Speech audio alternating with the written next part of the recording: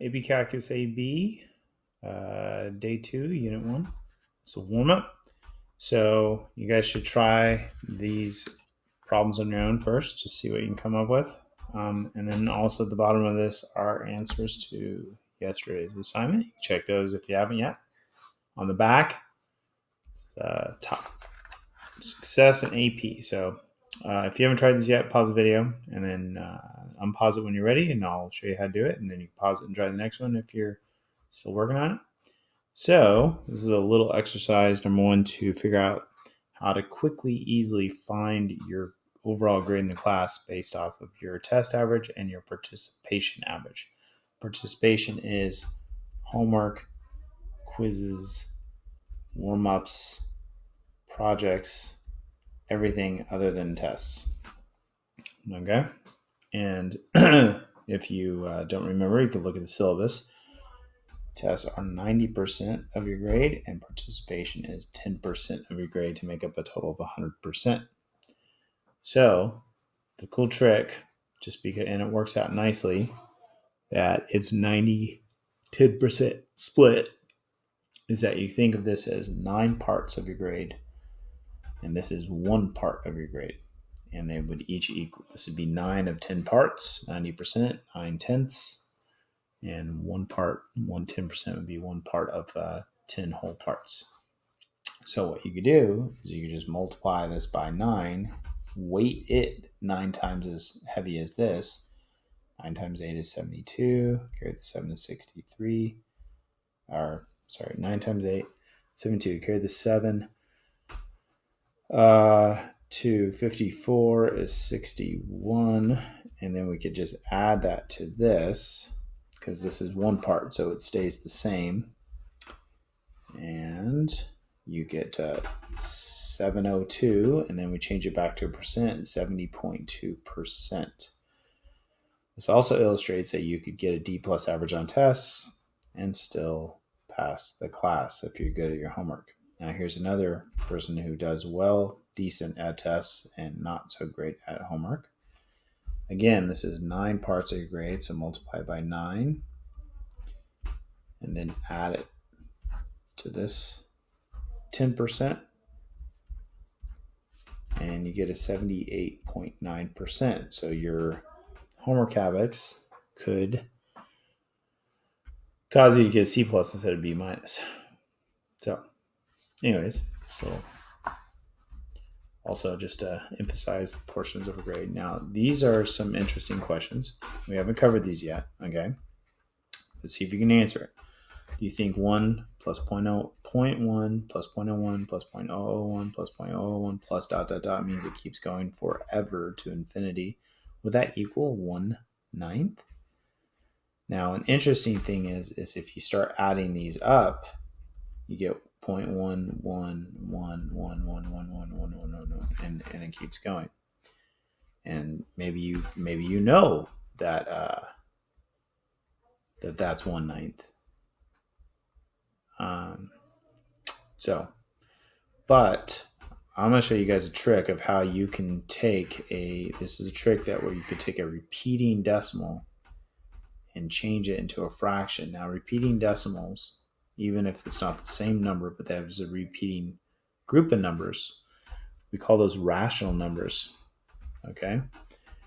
So that rational means it should be thought of as a ratio, and it can be written as a fraction.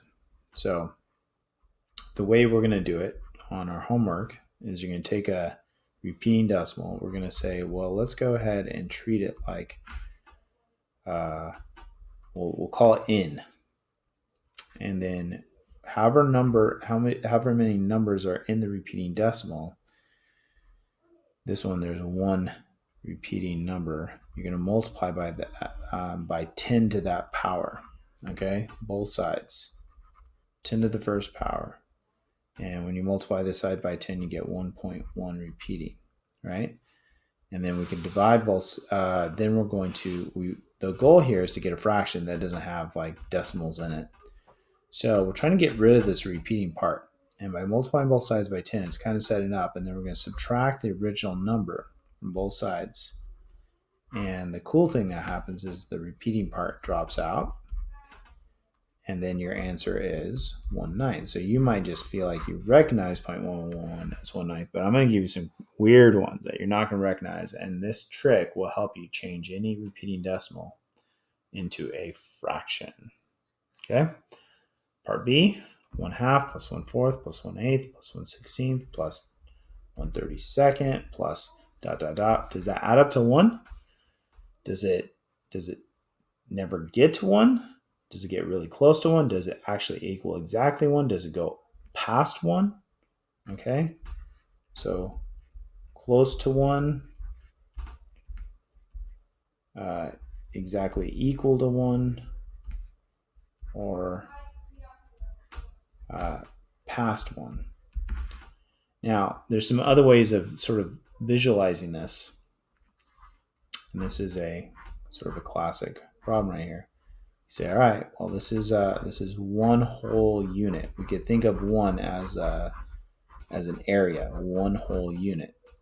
And so then 1/2 would equal 1/2 of this area. And then half of what's left is 1/4. And half of what's left is 1/8. And half of what's left is 1/16. And half of what's left is 1/32. And we could keep doing this. And that's what's happening here. We're always adding half of the previous number. Now, if we keep going, will we fill the box?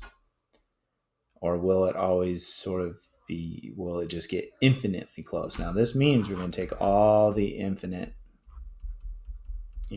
terms. And I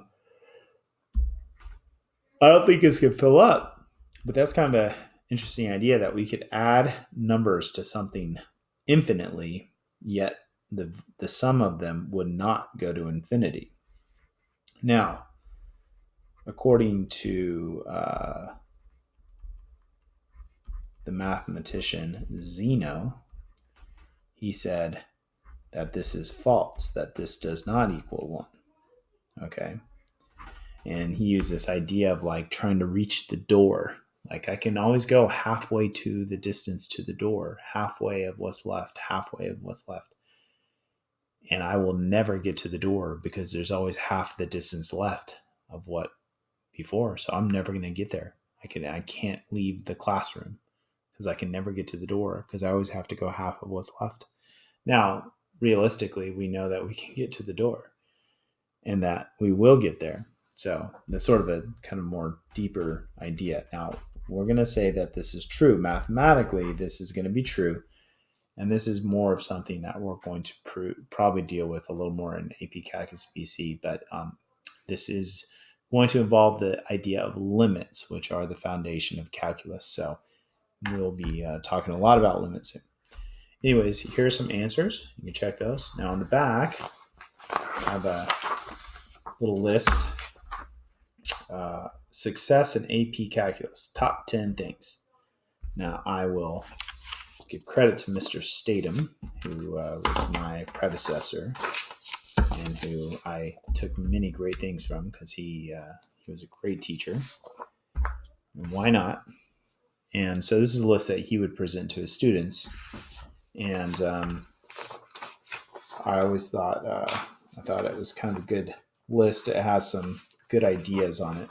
So, do you have the desire to do well in calculus? If you don't want to do well in calculus, you're probably not going to do well in calculus, despite how well I want you to do. You're still not going to. There's a movie that maybe we will watch, but in this movie is the teacher Jaime Escalante says, "Do you have the ganas?" And that's Spanish for desire, or interpreted in something close to that. You got to want it. Okay, so I'm gonna try. And Jaime Escalante in the movie says, "If you do not have the ganas, I will give you the ganas." So I will try and inspire some desire in you for success in this class. Do you see the big picture? So the big picture, those are the big ideas, and we're going to be discussing a lot of big ideas this year. And some of you guys will do very well with that, the big logical ideas. Some of you guys will struggle. They're kind of deeper.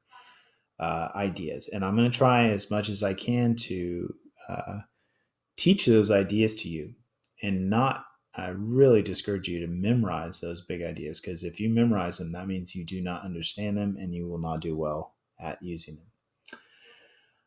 At the same time, the devil's in the details. So some of you guys are really good at the big picture, big ideas, but you do terrible on your test because you make so many little mistakes.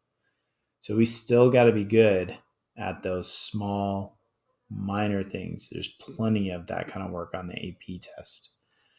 Do you know your formulas? There are going to be many formulas this year that we will cover. And some of the ideas I don't want you to memorize, but there will be plenty of formulas that you probably do need to memorize, and formulas from previous classes.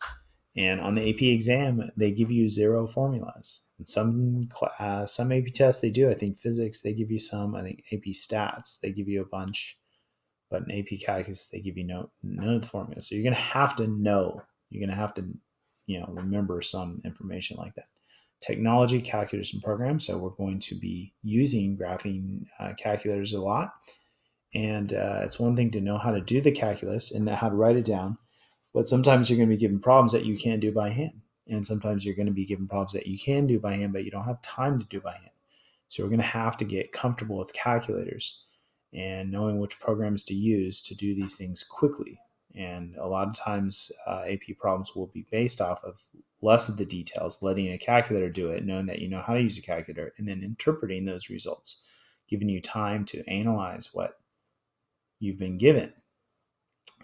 Test taking skills. So obviously the AP test is a test with a time limit. It covers a lot of material that you have to do all in one day, 3-hour test. And part of being successful on any kind of test like that, SATs, is having had practice and kind of being strategic and being able to pace yourself. So I'm going to give you many opportunities this year on my tests to become very good at taking tests. And my tests will be, will feel like you wish you had twice as much time, but you're going to have to do your best. And if I gave you easy time limit tests, you would feel overwhelmed going into the AP test. But I'm going to make sure that you feel very comfortable when you go into the AP test, which is what we're aiming to get you college credit from. You got to believe in yourself.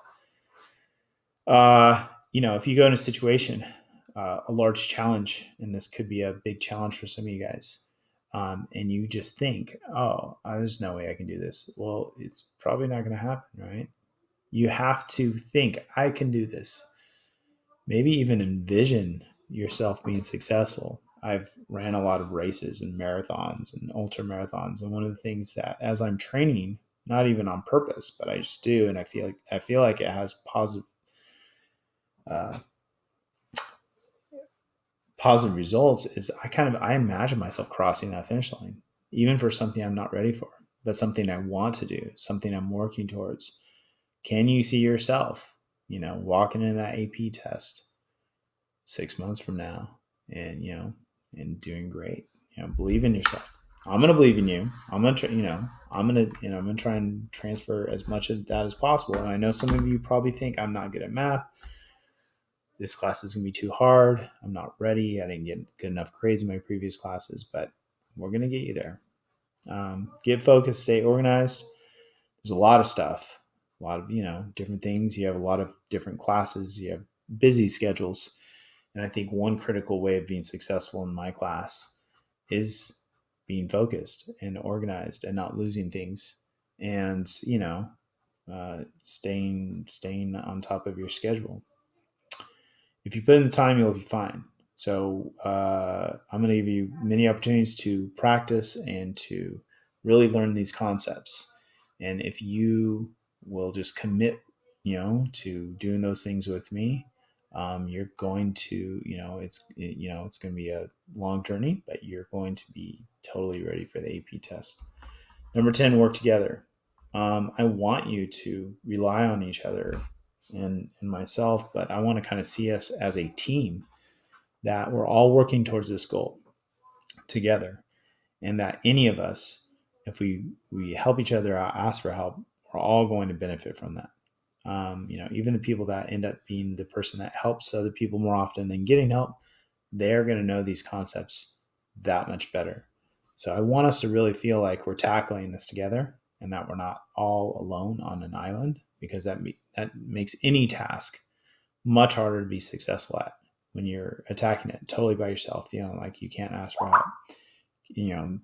I'm the only person that has this question. That's not true. So, anyways, I hope this is sort of a nice list of things to think about as we tackle this large challenges here. And you guys are going to do great. And we're gonna get through all of this.